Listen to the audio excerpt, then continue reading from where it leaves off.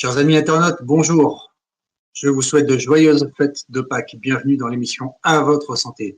Aujourd'hui, lundi 21 avril 2025, ce sera une émission de circonstance, puisque nous allons parler de mort et de retour à la vie. On va parler EMI, expérience de mort imminente. Je vais vous citer Monseigneur Michel Aupetit, ancien archevêque de Paris, qui n'a pas un jour rêvé de visiter l'au-delà et de revenir pour conforter son espérance et illuminer son expérience terrestre. Alors les EMI, un signe d'espérance, les expérienceurs, des témoins d'espérance, c'est ce que nous allons voir. Y a-t-il une vie après la mort? Question bien pertinente et qui taraude l'être spirituel qu'est l'homme. De plus en plus foisonnent sur la toile des témoignages d'expérienceurs. Expérienceurs, c'est quoi? C'est-à-dire des personnes qui ont fait une expérience à l'approche de la mort et qui ont entreaperçu l'au-delà. Des témoignages, mais aussi des études. Autrement dit, des recherches scientifiques sur ce sujet. Alors certes, ces études sont controversées parce que l'après-mort, c'est un sujet qui dépasse de loin nos méthodes de calcul et de recherche habituelles. Ça amène bien plus de questions que ça n'apporte de réponses. Néanmoins, le phénomène existe et il n'est pas judicieux de mettre le sujet sous le tapis comme si ça n'existait pas. D'autant plus que notre monde manque cruellement d'espérance et que ces témoignages sont là pour nous dire qu'il y a plus grand que nous. Il semblerait qu'il y ait, tenez-vous bien, rien qu'en France, quelques 2 millions d'expérienceurs. Et les progrès de la médecine, avec notamment la réanimation, ont permis à des gens de faire un petit aller-retour vers le tunnel, la lumière blanche, d'une blancheur indescriptible, des rencontres avec des personnes défuntes connues, etc. Hallucinations, effets de drogue anesthésiante, fables pour naïfs en mal de spirituel enfantin. Et si c'était vrai? Et si la réalité était que la vie est plus forte que la mort, qu'il existe une vie après la vie? Aussi insolites soient-elles, ces expériences font l'objet d'études scientifiques sérieuses et suscitent aussi l'intérêt de l'Église comme d'autres manifestations mystérieuses que sont les apparitions et les miracles. Alors on va essayer de clarifier les choses et de bien définir de quoi on parle. On va essayer de comprendre aussi en quoi il est important de tenir compte de cette réalité tant expérimentée par d'autres. Qui ça concerne? Uniquement des croyants? De quelle religion? Des non-croyants? Quelles expériences sont-ils? Bonnes? Moins bonnes? Nous allons voir tout cela avec notre invité du jour, qui a écrit entre autres 2 ouvrages consacrés à ses expériences de mort imminente, NDE en anglais. C'est le docteur Patrick Tellier qui va venir tout de suite à l'antenne. Bienvenue à toi, Patrick. Premier livre, Expérience de mort imminente. Second livre, Expérience de vie imminente. Alors, je signale que tu as fait d'autres livres, mais c'est ceux-ci qui vont nous intéresser pour aujourd'hui. Notamment, tu t'étais penché sur les miracles de Lourdes. Bienvenue à toi, Patrick. Je vais juste te présenter en vitesse et puis tu pourras ensuite confirmer et continuer. Tu es médecin, catholique, ancien responsable du bureau médical de Lourdes, poste que tu occuperas de 98 jusqu'à ta retraite. Ces 2 livres regorgent de témoignages aussi ébouriffants les uns que les autres, et on va même en lire au moins un, que je lirai tout à l'heure. Je voudrais que si tu veux bien que tu te mettes, que tu te présentes et que tu nous dises ce qui t'a motivé à écrire ces livres, et ensuite nous dire qu'est-ce que c'est qu'une EMI, de quoi on parle quand on parle EMI. À toi la parole. D'accord. Eh bien, merci de m'inviter en tout cas, parce que c'est un sujet qui me passionne et qui est absolument passionnant. Moi, j'en avais entendu parler quand je venais de m'installer en 75, quand le docteur Raymond Moody, qui a exactement mon âge et qui est donc d'après-guerre, on est tous du baby-boom, lui et moi, a écrit son premier livre, donc un livre premier sur les expériences de mort imminente, Near Death Experience en américain, puisqu'il est américain.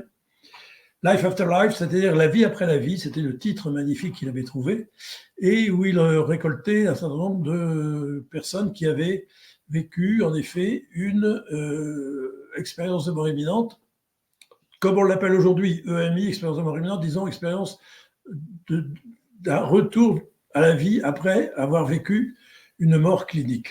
Alors, Moody avait été le premier à écrire, à colliger pas mal de cas.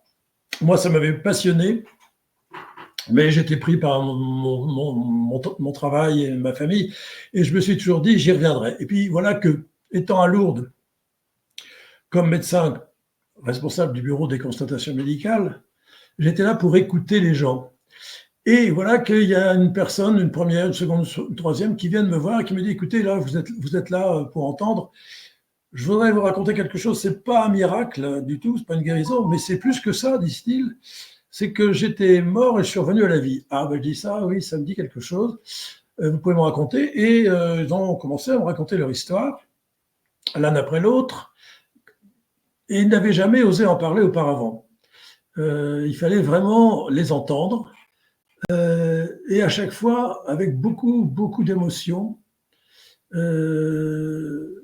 sentait que c'était quelque chose qui les avait marqués très profondément. Donc, je me suis dit, ben ça, c'est intéressant. Je vais reprendre tous ces cas quand je serai à la retraite, que j'aurai le temps de retravailler sur le sujet. Donc, à la retraite, en 2010, j'ai récupéré tous les livres que j'ai trouvés sur les EMI qui avaient été écrits depuis Moody. J'ai rencontré le docteur Moody lui-même 2 fois. Et je me suis dit, c'est quand même étonnant, ces témoignages des expérienceurs, comme on les appelle aujourd'hui, c'est-à-dire des gens qui ont fait cette expérience, ressemblent énormément aux témoignages des personnes qui ont vécu une guérison de nature miraculeuse. Ils viennent vous voir eux-mêmes, ils donnent leur témoignage, on ne peut que recevoir leur témoignage, mais j'ai toujours été frappé par le fait que ce sont des témoignages qui se ressemblent, certes, mais qui sont très personnels en même temps. On sent bien qu'ils n'inventent rien du tout, et avec toujours beaucoup d'émotion. 9 fois sur 10, les gens qui en parlent ont les larmes aux yeux. Et me disent tous... Il y a beaucoup d'émotions, Patrick, et puis ce qui est étonnant, c'est qu'en fait, il y a une espèce de réserve, ils n'osent pas en parler comme si on n'allait pas les croire, qu'on les prenait pour fous. Voilà, parce que jusque-là, en tout cas, jusque les années 2000, ceux qui racontaient ça, on les prenait pour des fous, ils étaient envoyés chez le psychiatre, et puis point barre, on pouvait pas l'accepter. Donc, ils n'osaient plus en parler. Je me souviens dans une conférence, un monsieur qui a levé le doigt en disant « J'aimerais bien vous raconter », parce qu'à chaque fois que je fais des conférences, où que ce soit, il y a toujours au premier rang 2 ou 3 personnes qui ont fait cette expérience et qui veulent en parler à la fin.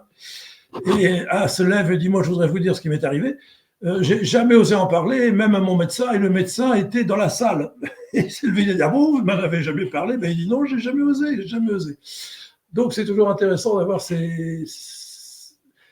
ces témoignages qui, vous dire, sont proches, très proches des témoignages des guéris, et que ce soit des guéris que j'ai vus à Lourdes ou que ce soit même des guéris dans les Écritures. En tout cas, j'ai repris. Alors, moi, j'étais un peu déçu en lisant tous ces livres qui avaient été écrits. Enfin, ces livres, il y en avait une dizaine qui avaient été écrits depuis Moody. C'était quand même récupéré pour beaucoup par le New Age. Donc, tout ce qui était un peu ésotérique, choses incroyables, etc. Et moi, j'étais surpris et je me suis dit, il faudrait faire une approche à la fois plus scientifique et à la fois plus chrétienne. Ça m'a permis donc d'écrire un premier livre, L'expérience de mort imminente, où je pense que j'ai fait quand même cette approche-là. Et puis à partir de ce premier livre, en 2015, j'ai eu des tas de retours, encore. Des gens qui m'ont écrit, qui m'ont envoyé des mails, qui m'ont téléphoné pour me dire, ben voilà, mais c'est extraordinaire ce que vous dites, parce que moi, ça m'a touché, parce que je l'ai vécu. Et j'ai eu à ce moment-là beaucoup de témoignages, en effet, de catholiques, alors que jusque-là, ils étaient plutôt à fermer leur bouche. Alors, j'ai écrit un second livre, Expérience de vie imminente. Pourquoi de vie imminente ? Parce que ce qu'il me raconte, c'est pas la mort elle-même, c'est la vie. C'est la vie qu'ils ont vécue étant en arrêt clinique, en arrêt de pouls et de la température, donc ou en coma. Donc c'est leur vie après la mort qui les intéresse, et c'est ça qu'ils retiennent. Donc je me suis dit, on pourrait aussi l'appeler expérience de vie imminente, mais enfin, finalement, on en reste quand même à cet acronyme qui est maintenant généralisé, EMI, expérience de mort imminente, qui n'est pas le meilleur mot, mais enfin qui veut bien dire ce qu'il veut dire. Alors, tu me demandais la définition. Bon, en fait, c'est vraiment une incursion dans l'au-delà, quoi, qui est faite par des gens qui ne s'y attendent jamais, ça leur tombe dessus, de tout âge, peut avoir des enfants, des vieillards, de tout sexe, de toute religion. J'ai eu, je pourrais le raconter, éventuellement des musulmanes en particulier qui ont vécu ça, donc des catholiques ou pas. Dans toutes les catégories sociales, ça existe, et c'est ça qui est intéressant. Donc, c'est la première chose. Et qu'est-ce qui se passe? Eh bien, ces personnes sont happées, je dirais, bon, si je veux résumer, dans un monde, un au-delà qui est ailleurs, qui ne fait pas partie des catégories matérielles que l'on connaît, et qui, revenu à la vie, ne voient plus leur existence de la même façon. Et c'est ça qui est intéressant. Et cet aller-retour est inscrit en elles. Ils ne l'oublieront jamais. Ils sont sûrs qu'il y a une vie après la mort, plus que quelque chose. Il y a vraiment une vie après la mort. Et ceux qui ont été très loin, alors il y a différents grades. Il y en a qui vont très loin, d'autres moins loin, mais ceux qui vont très loin entrent en contact avec un être, disent-ils, un être de lumière, plein d'amour, qui les touche profondément. Cet amour, pour eux, est absolument pas terrestre. Ils ne peuvent pas le comparer à aucun amour connu. Et ils en restent marqués profondément, au point que, en effet, comme je l'ai déjà dit, ils y pensent tout le temps. Voilà. Et à partir de là, ces gens-là... Merci, Patrick. Je te confirme ce que tu dis. La vie après, chez ces gens-là, n'est plus du tout la même. Moi, je n'en connais que deux, mais on s'aperçoit que les expériences sont si fortes qu'il y a une sorte de paix par la suite. Et j'allais dire qu'à la limite, qu'importe les événements terrestres qui arrivent, on est tranquille parce qu'on sait ce qui est après. Je voudrais, si tu veux bien, lire un des témoignages. Moi, celui qui m'a le plus marqué dans ton livre, c'est celui de l'abbé Jean de Robert. Je l'avais déjà entendu avant, mais il n'est pas excessivement long. Je vais le lire ici, puis je te laisserai m'en parler si tu souhaites. Hein, je le lis alors. Ah, si tu veux le lire, vas-y. Hein. Donc, il s'agit d'une lettre de l'abbé Jean de Robert, témoignage certifié donné en vue de la canonisation du Padre Pio de Pietrelcina. Alors, il est actuellement décédé, le père de Robert, mais il a écrit un livre sur la vie de ce saint, Padre Pio, transparent de Dieu. Voilà ce qu'il dit. Cher père, vous m'avez demandé un résumé écrit au sujet de l'évidente protection dont j'ai été l'objet en août 1958 pendant la guerre d'Algérie. J'étais à ce moment-là au service de santé des armées.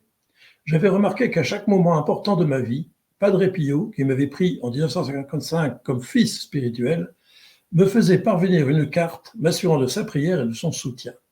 Tel fut le cas avant mon examen de l'université grégorienne de Rome, tel fut le cas au moment de mon départ à l'armée, tel fut le cas au moment où je dus rejoindre les combattants d'Algérie. Un soir, un commando FLN attaqua notre village et je fus bientôt maîtrisé et mis devant une porte avec 5 autres militaires. Et là, nous fûmes fusillés. Je me souviens que je n'ai pensé ni à mon père, ni à ma mère, dont j'étais pourtant le fils unique, mais j'éprouvais seulement une grande joie, car j'allais voir ce qu'il y a de l'autre côté. J'avais reçu le matin même une carte de la part du Padre Pio, avec 2 lignes manuscrites. La vie est une lutte, soulignée, mais elle conduit à la lumière, soulignée 2 et 3 fois. Immédiatement, je fis l'expérience de la décorporation, au moment donc il a été fusillé. Je vis mon corps à côté de moi, couché et sanglant, au milieu de mes camarades, tués eux aussi. Et je commençais une ascension curieuse dans une sorte de tunnel. De la nuée qui m'entourait émergeaient des visages connus et inconnus. Au début, ces visages étaient sombres, il s'agissait de gens peu recommandables, pécheurs, peu vertueux. À mesure que je montais, les visages rencontrés devenaient plus lumineux. Je m'étonnais de ce que je pouvais marcher, et je me dis que pour moi, j'étais hors du temps, donc déjà ressuscité. Je m'étonnais de voir tout autour de ma tête, tout autour de moi, sans me retourner. Oui, autour de ma tête, c'est-à-dire qu'il avait une vision dans tous les sens. Je m'étonnais aussi de n'avoir rien ressenti des blessures occasionnées par les balles des fusils. Et je compris qu'elles étaient entrées dans mon corps tellement vite que j'avais pu ne rien sentir. Les balles l'avaient traversé. Subitement, ma pensée s'envola vers mes parents. Immédiatement, je me suis retrouvé chez moi, à Annecy, dans la chambre de mes parents que je vis dormir. Il les voit dormir. J'essayais de leur parler, sans succès. J'ai visité l'appartement, notant le changement de place d'un meuble. Plusieurs jours après, écrivant à ma mère, je lui ai demandé pourquoi elle avait déplacé ce meuble. Elle m'écrivit en réponse, mais comment le sais-tu? J'ai pensé au pape Pie XII, que je connaissais bien, j'ai été étudiant à Rome, et de suite, je me suis trouvé dans sa chambre. Il venait de se mettre au lit. Nous avons parlé par échange de pensées, car c'était un grand spirituel. J'ai continué mon ascension jusqu'au moment où je me suis trouvé dans un paysage merveilleux, enveloppé d'une lumière bleutée et douce. Il n'y avait pourtant pas de soleil, car le Seigneur est leur lumière, entre guillemets, comme le dit l'Apocalypse. Et j'ai vu là des milliers de personnes, toutes à l'âge de 30 ans à peu près, mais j'en rencontrais quelques-unes que je connaissais de leur vivant. Telle était morte à 80 ans, et elle semblait en avoir 30. Telle autre était morte à 2 ans, et elles avaient le même âge. J'ai quitté ce paradis, entre guillemets, plein de fleurs extraordinaires et inconnues ici-bas, et je suis monté encore plus haut. Là, j'ai perdu ma nature d'homme et je suis devenu une goutte de lumière. Je vis beaucoup d'autres gouttes de lumière. Je savais que tel était Saint Pierre, tel autre Paul ou Jean, ou un apôtre, ou tel saint. Puis, je vis Marie, merveilleusement belle dans son manteau de lumière, qui m'accueillait avec un sourire indicible. Derrière elle, il y avait Jésus, merveilleusement beau. Et derrière, une zone de lumière dont je savais qu'elle était le Père dans laquelle je me suis plongé. J'ai ressenti là l'assouvissement total de tout ce que je pouvais désirer. J'ai connu le bonheur parfait. Et brusquement, je me suis retrouvé sur terre, le visage dans la poussière, au milieu des corps sanglants de mes camarades. Je me suis rendu compte que la porte devant laquelle je me trouvais était criblée par les balles qui m'avaient traversé le corps, que mon vêtement était percé et plein de sang, que ma poitrine et mon dos étaient maculés de sang à moitié séché, un peu visqueux, mais que j'étais intact. Je suis allé voir le commandant dans cette tenue. Il vint à moi et cria au miracle. C'était le commandant Cazel, aujourd'hui décédé. Cette expérience m'a beaucoup marqué, on s'en doute. Mais lorsque libéré de l'armée, je me rendis auprès de Padre Pio. Celui-ci m'aperçut de loin dans le salon Saint-François. Il me fit signe de m'approcher et me donna comme d'habitude un petit signe d'affection. Puis il me dit ces simples mots. « Oh, ce que tu as pu me faire courir, toi. Mais ce que tu as vu, c'était très beau. » Et il borna là son explication. On comprend maintenant pourquoi je n'ai plus peur de la mort, puisque je sais ce qu'il y a de l'autre côté. Voilà le témoignage. Merci beaucoup. Cette dernière phrase est importante. Hein. On comprend maintenant pourquoi je n'ai plus peur de la mort, puisque je sais ce qu'il y a de l'autre côté. C'est un peu le titre de notre émission. C'est un signe d'espérance. C'est l'expérience de très nombreuses personnes qui ont fait ces expériences de mort imminente. Quelques-unes sont sans doute moins heureuses que celle-ci. On pourra peut-être y revenir. On en parlera éventuellement. Mais enfin, là-dedans, il résume tout. Il résume tout. Ce passage de l'autre côté, cette rencontre avec des personnes déjà défuntes qui ont toutes à peu près le même âge. Moi, j'ai vu aussi, j'ai eu des témoignages de personnes qui me disaient, moi, j'ai connu ma grand-mère, j'avais 5 ans quand elle est morte. Eh bien, je l'ai revue, elle était rajeunie, je l'ai bien reconnue pourtant, elle était transfigurée. Et c'est elle qui m'a dit, tu retournes, c'est pas le moment, c'est pas ton temps. Voilà. Donc, il résume bien ce qui se passe. Et puis après, bien sûr, lui, il a vu en plus des saints, la Vierge Marie, éventuellement Jésus-Christ. Tout le monde ne va pas jusque-là. Hein. Lui, c'était quand même assez exceptionnel. Mais après... Alors, la réanimation a permis de faire d'énormes progrès et de multiplier ces expériences-là. Mais de quand est-ce que datent les plus anciennes? Parce que celle-ci, c'était hors réanimation. Mais il y a eu des expériences bien plus anciennes que celle du Père Jean de Robert. Oui, en fait, on se rend compte qu'il y en a toujours eu. depuis les temps très anciens, dans les livres des morts qui ont été écrits en Égypte et au Tibet, on en parle déjà. Donc, mais plus près de nous, on retrouve des descriptions dès le VIe siècle avec Grégoire de Tours, qui était quand même un grand historien, le 8e siècle avec Bède le Vénérable, puis pendant le témoignage, la Divine Comédie de Dante en est par exemple un exemple. Et on connaît le polyptyque de Jérôme Bosch, donc c'est le 15e siècle, Ascension vers l'Empyrée, que l'on peut voir au Palais des Doges de Venise. C'est également une expérience de mort imminente. Dans l'histoire des Francs, le grand historien que fut Grégoire de Tours raconte une histoire invraisemblable qui vaut le coup d'être contée, celle de celui qui deviendra Saint Salvius. Après avoir été supérieur d'un monastère et évêque d'Albi, il est mort après une grande fièvre et placé en bière. Mais voici que le lendemain matin, alors que les moines préparaient la cérémonie d'obsèques, il s'agita soudain dans son cercueil et se mit à parler, reprochant amèrement à Dieu de l'avoir renvoyé dans notre monde. Refusant de répondre aux questions des moines, il restera 3 jours sans boire ni manger. Finalement, il leur dit « Sachez, mes très chers frères, que tout ce que vous voyez dans ce monde n'est rien. Vanité des vanités, tout est vanité. Heureux celui qui mène sur la terre une conduite qui lui fisse mériter de voir la gloire du Dieu au ciel. » Puis après beaucoup d'hésitation, il leur fit le récit complet de son aventure, disant qu'il s'était élevé hors de son corps vers une porte d'où venait une lumière extraordinairement brillante, conduit à travers une grande foule vers Dieu qui lui apparut sous la forme d'un nuage extrêmement lumineux et qui communiqua avec lui par des paroles qui n'étaient pas humaines pour lui dire qu'il devait retourner sur terre, continuer son travail.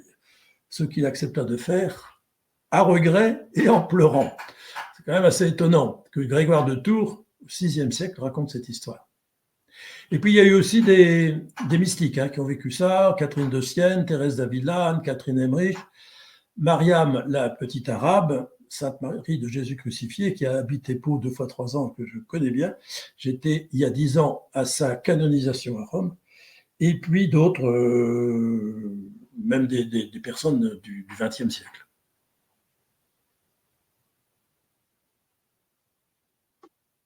Alors, là, on a vu avec le père Jean de Robert qui va très très loin dans sa vision, mais tout le monde ne fait pas cette même expérience. Tu le disais, qu'est-ce que les gens voient le plus souvent? On entend souvent parler d'un tunnel, d'une lumière blanche.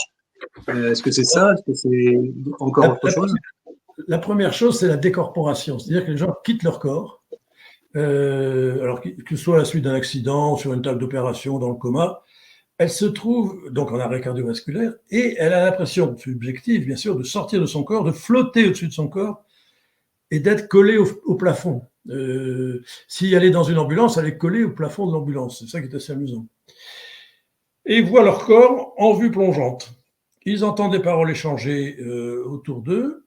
Et parfois, alors par télépathie, ils entendent les pensées, ils captent les pensées et les émotions du personnel présent. Et ça a été vérifié totalement.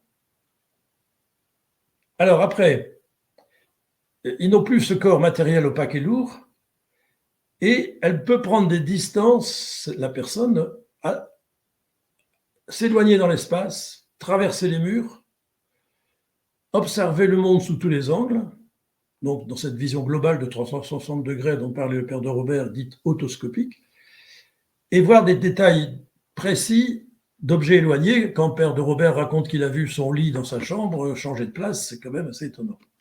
Alors, à partir de là, pour certains, alors c'est toujours le stade du dessus, c'est qu'ils partent dans ce tunnel, aspirer à grande vitesse pour déboucher dans un domaine inconnu qui n'est pas terrestre.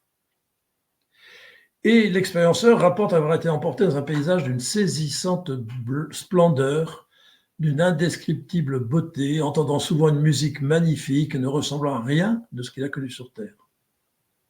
Et puis, ils peuvent donc apercevoir une lumière blanche, éclatante, dorée, tout le monde dit aussi brillante qu'un million de soleils, mais pas du tout aveuglante. Donc on se trouve dans un autre univers céleste, spirituel, et cette lumière est très attirante. Et puis là, ils peuvent rencontrer des figures spirituelles ou autres, ou ces proches décédés, reconnaissables, qui les accueille avec beaucoup de bienveillance, mais qui les renvoie en leur disant que l'heure n'en est pas venue. Donc, ce n'est pas un pur esprit, c'est bien un corps spirituel qu'ils rencontrent, parce qu'ils le reconnaissent. Alors, le niveau de plus, c'est la rencontre avec l'être de lumière, donc une personne rayonnant de lumière, et le plus impressionnant, c'est que cette personne dégage un amour ineffable, universel et personnel à la fois.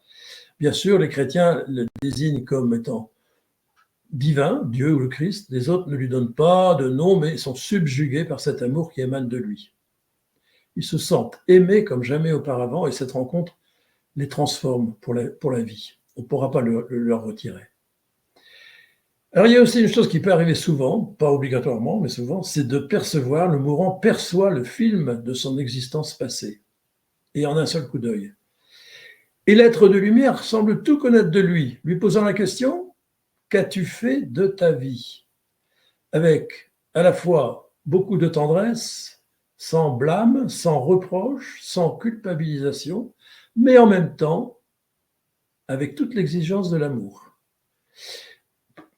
On ne peut pas parler de jugement, mais c'est le sujet qui comprend lui-même en quoi il a bien ou mal agi, faisant la vérité sur ce qu'il a vécu et ressentant tout le mal ou le bien qu'il a fait aux autres, comme s'il se l'était fait à lui-même. Voilà, alors il y a un état de sérénité qui s'en dégage, généralement ressenti avec une conscience et une lucidité renforcées, dépassant tout ce que l'expérienceur a pu connaître sur Terre. Et puis à un moment donné, la personne est confrontée à une limite, une barrière, car l'heure n'est pas encore venue. Elle revient non sans mal dans son corps. C'est souvent très douloureux, très dur. La réintégration dans le monde des vivants se fait à contre-cœur, avec difficulté. Et là, comme on disait au début, la plupart du temps, la personne n'ose pas en parler, ni à son médecin, ni à ses proches, de peur de paraître farfelu, illuminé. Ça commence à changer aujourd'hui, mais enfin, il y a quelques années, c'était tout à fait le cas. Voilà, donc vous imaginez bien qu'on ne revient pas indemne d'une telle expérience qui dépasse tout ce qu'on peut imaginer, et ceux qui l'ont faite sont bouleversés et la qualifient comme étant l'expérience la plus importante de leur vie. Ils sont marqués profondément, ils parlent même de nouvelle naissance. Je trouve ça très beau. Est-ce que ça va? Vous voyez un peu Oui, le c'est parfait. Étonnant. Merci. Contre ce que je note aussi, c'est que tout le monde ne fait pas des expériences aussi heureuses que celle-ci. Là, on voit le bon côté des choses, le tunnel, la lumière blanche, les saints, la Vierge Marie, le Christ, ok, mais tout le monde ne fait pas cette expérience-là. Je pense notamment à Marie Apollo. Est-ce que tu peux nous en parler? Ben oui, à ce stade, on pourrait se dire tout va bien, Madame la Marquise. Si on va comme ça directement au paradis sans problème, c'est génial. Malheureusement, ce n'est pas toujours le cas. Et en effet, alors, on dit 2 à 3% des cas, c'est peut-être plus, parce que ceux qui font l'expérience pas aussi belle ont encore plus de mal à en parler. Hein. Donc là, c'est une expérience difficile, désagréable, se traduisant donc par des visions de flammes, d'eau sombre, d'odeurs pestilentielles, de bruits épouvantables, avec des aspects angoissants, souffrances, cris, hurlements, vides, etc. Donc, en effet, c'est quand même pas très, très, très gai. Alors, on pourrait parler, j'aurais voulu vous trouver des témoignages que j'ai là quelque part, mais je vais les retrouver. On pourrait parler de EMI négative, mais moi, j'aime pas parler de EMI négative parce que finalement, les sujets reviennent conscients qu'il faut changer de priorité pour ne pas vivre la même expérience après leur mort. Donc, on pourrait parler d'EMI effrayantes, terrifiantes. Est-ce qu'il s'approche de l'enfer? C'est très difficile à savoir. Enfin, ils sont dans ce qu'on appelle aujourd'hui le Sheol, c'est-à-dire les enfers, dans l'attente du jugement. Là, ces gens-là n'ont pas eu de jugement. Et c'est vrai que ça fait réfléchir. Et même, moi, j'ai connu des gens qui s'étaient suicidés et qui ont vécu ça. Ça ne leur viendrait plus à l'idée de mettre fin à leur jour. Ça, c'est sûr. Alors, par exemple, je ne l'ai toujours pas, des expériences négatives, mais il y en a vraiment qui sont terribles. Bon, vous en trouverez dans mes livres. Hein. Donc, alors, il y a l'histoire de Maria Polo. Il faut toujours la possibilité de changer de vie et de se rendre compte qu'il y a mieux à faire que de mener la vie dissolue qu'ils avaient avant. Oui, alors ça, ils changent de vie complètement. Tous les témoignages que j'ai eus, ils reviennent à une vie saine, sainte, parce qu'il y a toujours un renouveau spirituel. Et donc, c'est positif. Donc, c'est pour ça que c'est difficile de parler de EMI négative. Moi, je parle de EMI effrayante. Bon, c'est vrai que c'est assez effrayant. Mais ça les touche profondément et ça ne leur viendrait pas, encore une fois, ça ne reviendrait pas à l'idée de ne pas reprendre une vie normale. Ça, c'est quand même assez bon, c'est rare, hein, parce que, encore une fois, les gens ont plus de mal à en parler, mais moi, j'en ai eu quelques témoignages qui sont vraiment intéressants. Alors, si on en parlait au niveau scientifique, il y a quand même très peu de personnes, notamment parmi les médecins, qui osent se pencher sur la chose. Toi, tu le fais du fait des témoignages que tu as reçus en tant que médecin du bureau médical de Lourdes. Il y a le docteur Jean-Jacques Charbonnier qui effectue aussi assez régulièrement ce genre de recherche de façon plus scientifique, on va dire, avec notamment un dernier bouquin qui est sorti sur les expériences extraneuronales. Je ne sais plus quel est le titre de son livre, mais oui, alors, bon, c'est compliqué. C'est compliqué sur le plan scientifique, c'est compliqué parce qu'on est aux frontières de la vie, de la mort, du visible, de l'invisible, du matériel, de l'immatériel, du physiologique, du spirituel. Donc, et il y a une intrication entre tout ça. Donc, c'est compliqué. En tout cas, maintenant, on est sûr que ces faits, qui ne sont pas rares et isolés, existent. Maintenant, on ne peut pas faire d'études expérimentales et reproductibles, selon les méthodes scientifiques, bien entendu. On est obligé de prendre les expérienceurs, de prendre les témoignages des expérienceurs, et puis c'est tout. On ne peut pas aller plus loin. Mais, encore une fois, on ne peut plus douter de leur existence. Donc, on peut dire que c'est un processus solidement réel. Alors, en effet, on touche là à un problème qui est que pour la science officielle, la conscience est dans le cerveau. La conscience vient du cerveau, ce qui n'a jamais été démontré d'ailleurs. Mais à partir de là, les scientifiques qui restent à cette approche ne peuvent pas admettre les EMI. Puisque le premier d'ailleurs que j'ai rencontré moi-même, c'était Eben Alexander, qui est un neurochirurgien qui croyait absolument pas à ces histoires-là. Il était américain de Harvard. Et il a attrapé une méningite en allant en Israël, une méningite à colibacille, un truc invraisemblable, qui provoque la mort à tous les coups. Donc il est mort. Et il était chef de son service, donc il a été suivi pendant 8 jours comme le lait sur le feu, on lui faisait des examens tous les jours, personne n'osait rien dire, rien faire, mais il était mort. Et puis finalement, au bout de 8 jours, il est revenu à lui, frais et dispo comme un gardon, sans séquelles. Et il était le premier surpris, là, il a commencé à se dire, bah alors, qu'est-ce que ça veut dire? Et le plus drôle aussi, c'est qu'il avait rencontré une jeune femme qui lui avait parlé, qui lui disait qu'elle le connaissait, et lui, il ne la connaissait pas. Et donc, il a fait des recherches, et il s'est rendu compte qu'il avait une sœur biologique qui était morte avant lui et dont il n'avait pas la connaissance. Et là, ça l'a retourné complètement, si bien que 6 mois après, il écrivait un livre, Le paradis existe. Parce qu'il a revu tous les examens qui avaient été faits pendant qu'il était mort, et il s'est rendu compte que son cerveau n'était plus capable d'avoir le moindre sentiment, le moindre émotion, le moindre souvenir, et que pourtant il avait tout ça au retour. Donc voilà, le paradis existe. Bon, ça faut être américain pour oser écrire un livre comme ça. Bon, je me vois mal en France écrire ça. Donc, le paradis et Ben Alexander, donc, qui n'y croyait pas une seconde, bah, il a été complètement retourné. Donc, pour dire que cette position scientifique, on peut dire matérialiste, va essayer de trouver tous les moyens de dire qu'il s'agit d'un simple dysfonctionnement du cerveau.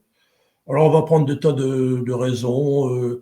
Bon, c'est le traumatisme, c'est la sensation de la mort imminente, c'est la libération de neuromédiateurs, c'est le manque d'oxygène, c'est la décharge diméthyltryptamine par la glande pinéale. Bon, c'est les produits pharmacologiques qu'on injecte pour réanimer le sujet. Tout ça ne tient absolument pas, parce que de toute façon, il y a des gens qui vivent ça dans un accident de voiture, on n'a pas le temps de leur injecter quoi que ce soit. Alors, on va dire, ce sont des fantasmes, des hallucinations, des images préenregistrées. Bon, voilà. Tout ça pour essayer de trouver une raison de dire que ce n'est pas possible.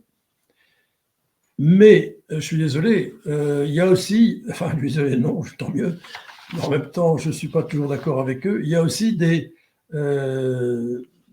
scientifiques plus audacieux, je dirais, agnostiques, hein, qui n'hésitent pas à sortir de la pensée officielle pour tenter de comprendre scientifiquement les EMI. Et eux disent, alors c'est là où le docteur Charbonnier était un des premiers à en parler, et il a dirigé la thèse d'un certain docteur Lallier, François Lallier, étudiant en médecine, qui a passé son doctorat sur les EMI et qui a été reçu avec mention. Très honorable. Donc, voilà, maintenant c'est gravé dans un document officiel. Alors, pour le docteur Charbonnier, comme pour certains autres, eux, ils disent, leur hypothèse, c'est qu'il y aurait une conscience délocalisée extraneuronale mettant en jeu une conscience analytique cérébrale, CAC, et une conscience intuitive extraneuronale, bon, indépendante de la matière. Et pour eux, donc, à ce moment-là, le cerveau serait un émetteur-récepteur de cette conscience supérieure avec un grand C, hein, qui pourrait donc exister indépendamment du cerveau. Bon, c'est une théorie qui permet de montrer qu'il y a une continuité de la conscience, mais je ne suis pas sûr que ça aille très très loin. Moi, je pense personnellement que, je le dis dans mes livres, hein, que cette expérience de mort imminente n'est explicable que par l'anthropologie judéo-chrétienne, en acceptant que l'homme est un corps et une âme. Une âme qui est, à la différence de l'âme des animaux, puisque les animaux ont une âme, anima, âme, que cette âme, chez l'homme, est spirituelle, c'est-à-dire qu'elle a une capacité spirituelle. Donc, le corps et l'âme, et c'est la seule explication valable pour moi, c'est que au moment de la mort clinique, qui n'est pas la mort définitive, hein, on sait bien aujourd'hui que la mort se déroule en plusieurs temps. Et ça ne se fait pas instantanément, sauf une mort très, très violente. Mais la mort se déroule en plusieurs temps, et c'est d'abord une mort clinique, avant d'être une mort ontologique. La mort ontologique, c'est quand l'âme quitte le corps. Cette séparation fait que le corps n'a plus son animation et il ne peut plus vivre. Or, dans les EMI, on est à la limite entre les deux. Je pense qu'il y a à ce moment-là une distanciation, on peut dire, entre l'âme et le corps. L'âme prend une certaine distance par rapport au corps, mais elle reste quand même, l'âme de ce corps-là, elle reste quand même là pour réintégrer ce corps. Donc, il y a que cette explication-là qui est possible. Alors, je ne suis pas d'accord avec Charbonnier parce que lui, à partir de là, il va rentrer dans tout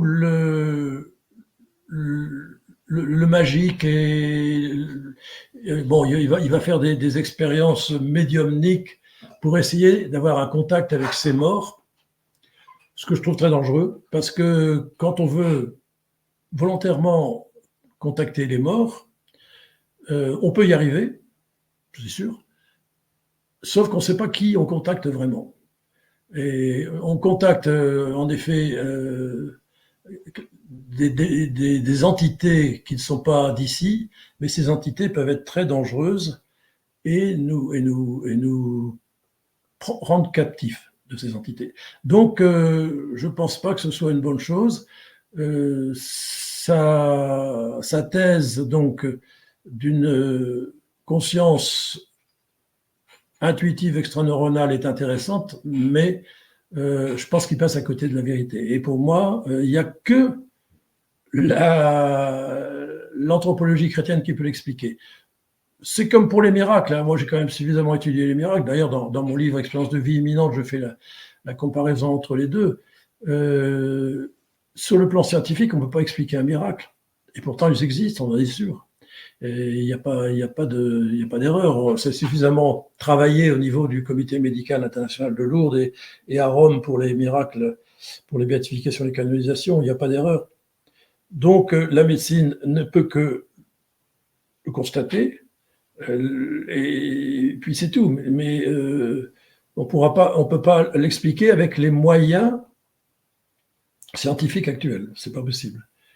Oui, je comprends bien ce que tu veux dire, et notamment le fait que l'utilisation qu'en fait le docteur Charbonnier peut être un peu risquée, parce qu'effectivement, on ne sait pas quel type d'entité on met en œuvre, et c'est sans doute, toi tu t'exprimes aussi en tant que médecin catholique, et c'est sans doute aussi la prudence de l'Église catholique sur ce domaine, hein, où on préfère ne pas avoir affaire à la divination et la médiumnité. Et il y a un autre thème que l'Église catholique réfute, c'est celui de la réincarnation. Or, il s'avère qu'avec ces expériences de mort imminente, où on voit une dissociation du corps et de l'âme, beaucoup seraient tentés, et tu as parlé au tout début des périodes du New Age qui ont suivi la sortie du livre de Raymond Moody, qui tentait de s'emparer de ce sujet en expliquant que l'âme peut se séparer du corps et pourrait éventuellement aller occuper un autre corps, dans ce qu'on appelle plutôt la réincarnation. Qu'est-ce que tu aurais à dire là-dessus? Moi, je ne crois pas du tout à la réincarnation dans ce cas-là précis. L'âme et le corps sont un. Dans les expériences de mort imminente, il y a en effet non pas une séparation, mais une distanciation. Moi, c'est le mot que j'ai gardé entre l'âme et le corps. Mais c'est toujours la même âme et le même corps. Et cette âme qui va vivre autre chose pendant un certain temps reviendra dans ce même corps. Elle n'ira pas chercher un autre corps. Les expérienceurs ne changent pas de corps, ils reviennent bien avec leur corps. Là, j'ai jamais vu autre chose. Maintenant, en effet, certains peuvent dire ah ben oui, mais il y a une séparation. Ce que je ne crois pas, parce que s'il y a séparation, c'est fini. Le corps ne peut plus vivre et ne pourra pas revivre. Ça, c'est la mort ontologique, métaphysique, c'est terminé. Donc, dire qu'il y a possibilité de réincarnation dans d'autres corps, c'est une pure invention. Mais je suis d'accord, et c'est pour ça d'ailleurs que j'ai écrit ces livres, que c'est tentant. C'est tentant pour ceux qui croient à la réincarnation. À partir de là, ils vont essayer de démontrer que c'est possible. Et ils vont démontrer aussi que notre âme n'est pas forcément neuve, je dirais, à la fécondation, puisque en fait, l'Église tient et soutient que notre âme vient dans notre corps au moment de la fécondation, et que c'est une âme tout à fait originale et nouvelle que Dieu donne, et que l'âme va porter le corps. C'est pas le corps qui porte l'âme, c'est l'âme qui va porter le corps, et qui va le porter jusqu'à la mort et après la mort, puisque l'âme gardera la conscience du corps pendant l'autre vie, on pourrait en revenir si on veut, jusqu'à la fin des temps. Et donc, la réincarnation, c'est une tentation aujourd'hui, mais qui n'est pas acceptable en soi. D'ailleurs, les orientaux qui en parlent dans le bouddhisme, pour eux, c'est affreux, la réincarnation. Ils ne veulent pas de réincarnation. Ils se réincarnent plusieurs fois, peut-être, mais justement, s'ils veulent arriver au nirvana, il ne faut plus qu'il y ait de réincarnation. Alors, je suis assez étonné que dans notre société occidentale, on développe cette idée. Mais moi, je dirais, c'est un peu comme si on se disait, bon, ben, j'ai raté ma vie, mais c'est pas grave, j'en aurai une autre. J'en aurai une autre dans un autre corps, avec une autre âme, que sais-je. Et donc, ça va, j'aurai une session de rattrapage. Non, on n'a pas de session de rattrapage. Ça, il faut en être convaincu. On n'a qu'une vie, et à la mort, on ne pourra plus rattraper ce qu'on n'a pas vécu durant notre existence.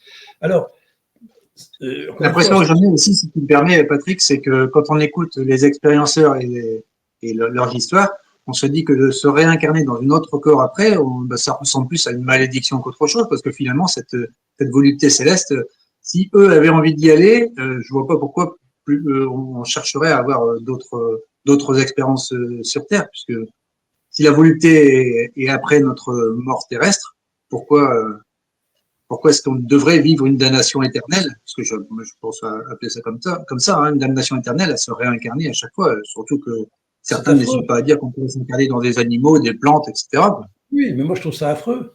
Je comprends pas. Enfin, là, j'avoue, je trouve ça affreux. Alors je crois que l'Église a raison de dire non, c'est stupide, mais il y a beaucoup de gens qui, par réaction, par refus de ce que on enseigne généralement, veulent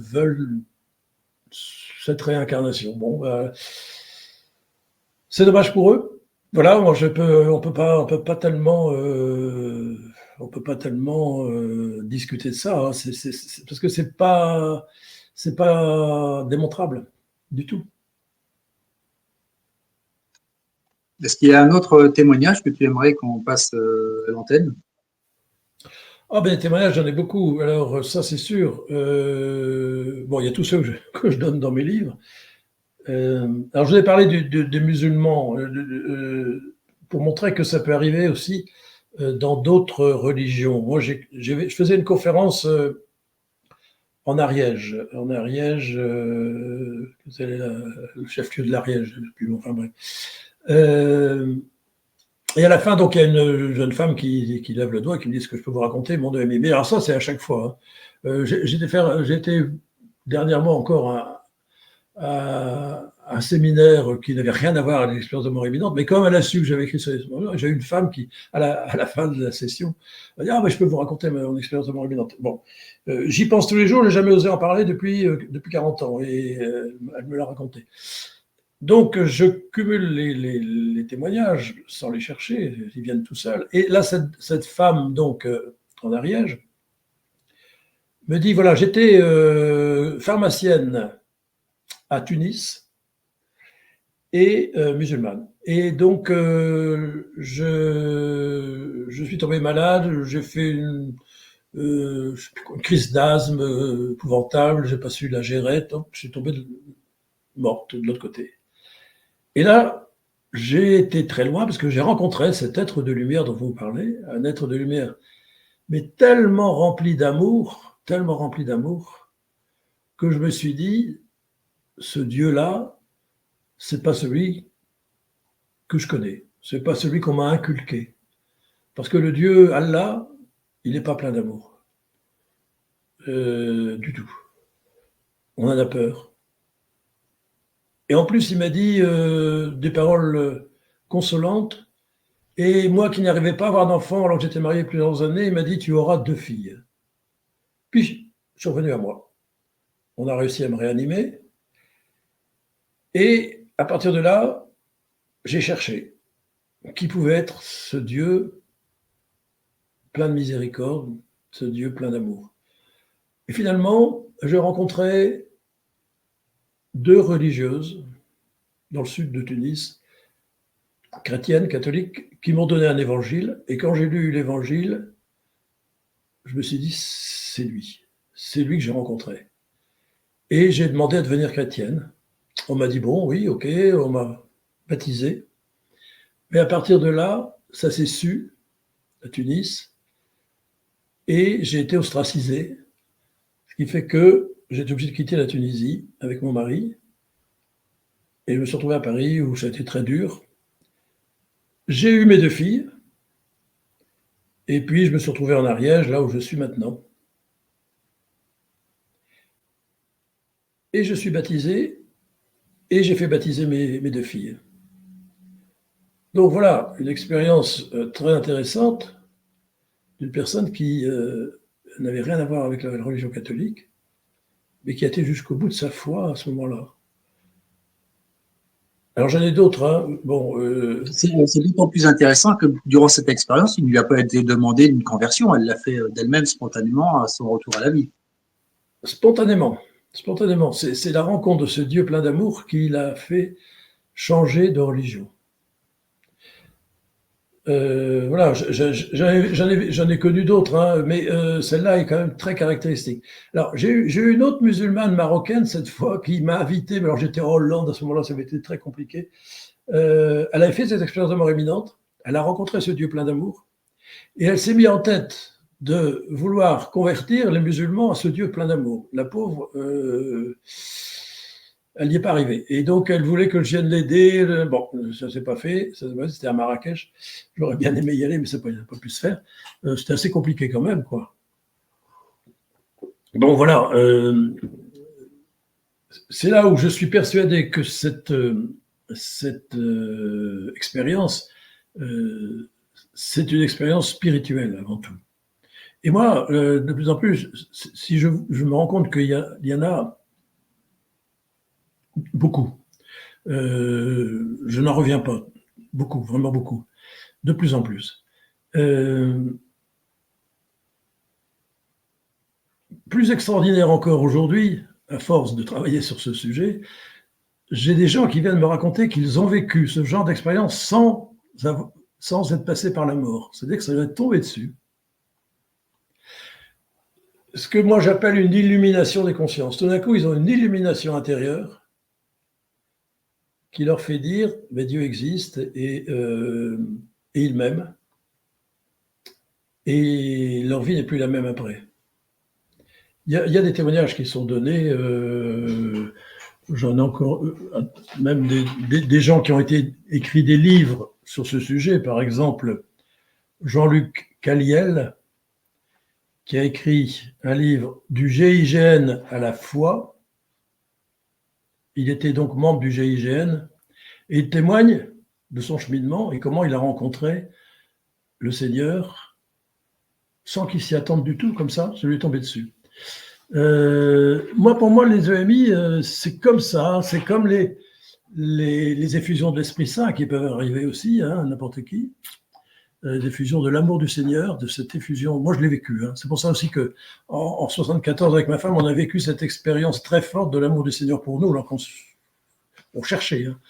On s'est mariés en 68 et on cherchait autre chose. Bon, voilà, on a été tous les deux pris par cette expérience. C'est important de dire qu'on peut faire cette expérience sans forcément être proche de la mort. Hein. Merci d'avoir. D'accord. Mais en même temps, bon, bah voilà, c'est la même expérience. Alors, il y en a qui doivent passer par la mort, peut-être, c'est pas obligatoire. Et c'est pour ça. Alors, je suis en train d'écrire un nouveau livre qui va sortir au mois de mai. Ah, bah oui, je l'ai là. Les expériences de mort imminente pour tous. Vous le voyez là? Parce que je pense que ces expériences de mort imminente qui sont de plus en plus fréquentes, dont on parle de plus en plus, maintenant on ose en parler facilement alors qu'avant ce n'était pas le cas, sont là pour, je crois que c'est un signe de Dieu pour nous aujourd'hui, que le Seigneur veut nous interpeller là tous sur l'autre vie, sur la vie qui nous attend, sur cette espérance, la seule espérance véritable, parce que notre vie finalement elle est bien courte, hein, 70 ans comme dit le psaume, 80 pour les plus vigoureux, que notre vie c'est pour la vie qui suivra, qui sera 100 fois plus belle que celle qu'on vit ici, mais qu'on n'en ait pas conscience suffisamment, qu'on s'y prépare pas, surtout dans une société quand même plus que hédoniste et matérialiste. Et donc, je pense que le Seigneur nous donne des signes de plus en plus forts, de plus en plus fréquents pour nous réveiller. Et les expériences de mort imminente en font partie, mais voilà, il n'y a pas besoin de mourir pour ça. Alors, c'est pour ça que je dis les expériences de mort imminente sont pour tous, et que tous, nous avons besoin de faire cette expérience de l'amour de Dieu pour nous. Il faut le demander, on le demande, si on l'attend, je pense que le Seigneur répond. Merci beaucoup, Patrick. C'est important ce que tu dis là, et je vais souligner ce que disait Monseigneur André Lucien Léonard, un ancien archevêque, je crois que c'était de Bruxelles, en tout cas en Belgique. Les EMI reprennent. Pardon, c'est de Malines, Bruxelles, oui. Malines, Bruxelles, oui. Les EMI reprennent de manière précise et détaillée l'ensemble des thèmes traditionnels qui sont présents dans la doctrine chrétienne, au centre de laquelle il a affirmé que Dieu est amour. Alors, c'est tout à fait le titre de notre émission, hein, c'est un message d'espérance que nous donnent ces expérienceurs. Et en fait, le plus important, à mon avis, à retenir, c'est n'ayez pas peur. N'ayez pas peur de tout ce qui vous arrive, de ce qui nous arrive. Parce que nous sommes appelés à bien plus que ce que nous voyons. Bien plus que ça. Nous sommes appelés à la vie éternelle. Les expérienceurs nous le disent, aussi vrai que 2 et 2 font 4. On arrive au terme de l'émission. Je ne sais pas si tu veux rajouter quelque chose. Et on reparlera certainement sur cette antenne de ton prochain livre, si tu veux bien, au cours du mois de mai ou au mois de juin. Oui, j'apporte de nouveaux témoignages surprenants et je le rapproche beaucoup des guérisons miraculeuses, donc de ce que vivent les miraculés. Parce que pour moi, il y a à Lourdes 70 miraculés, mais il y en a beaucoup plus qui ont fait cette expérience de l'amour de Dieu pour eux à travers leur guérison. Et donc, j'y tiens beaucoup. Et je pense qu'il faut qu'on n'oublie pas de prier la Vierge Marie pour pouvoir faire cette expérience, nous qui sommes vivants. Elle a dit d'ailleurs déjà à Bernadette à Lourdes, je ne vous promets pas de vous rendre heureuse dans ce monde, mais dans l'autre. C'est dans l'autre monde qu'on pourra être pleinement heureux, c'est sûr. Hein. Quoique Bernadette, à la fin de sa vie, alors qu'elle était souffrante, elle disait qu'elle était aussi heureuse qu'une reine sur son trône, alors qu'elle souffrait mort et passion. Et puis, il y a d'autres lieux d'apparition mariale prophétique où la Vierge dit que notre monde vivra une illumination des consciences. Et je pense que la multiplication de ces expériences de mort imminente et de ces illuminations de nos consciences amènera, je l'espère, je le crois profondément, un retournement dans le monde, une conversion du monde, un retour au Seigneur. Je le crois, je l'espère. C'est ça mon espérance. Merci beaucoup, Patrick, pour cet entretien passionnant. N'hésitez pas, si vous le souhaitez, à diffuser cette émission. On se donne rendez-vous la semaine prochaine. Si vous voulez lire plus de témoignages que ce que nous avons dit ici, je rappelle les livres de Patrick, hein, Expérience de mort imminente, aux éditions Artege, et la suite, Expérience de vie imminente, plus celui qui va bientôt arriver sur nos étals.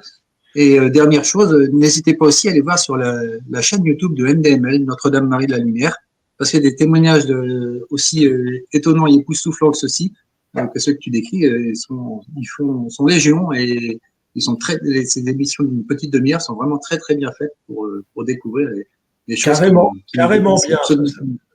Oui, extra, ça vaut le coup. Merci. On vous souhaite encore de bonnes fêtes de Pâques que vous pouvez vous souhaiter pendant toute la semaine. C'est l'octave pascal pendant une semaine, donc profitez-en. Joyeuses fêtes de Pâques à tous et à lundi de la semaine prochaine. Au revoir. Bonne résurrection à tout le monde.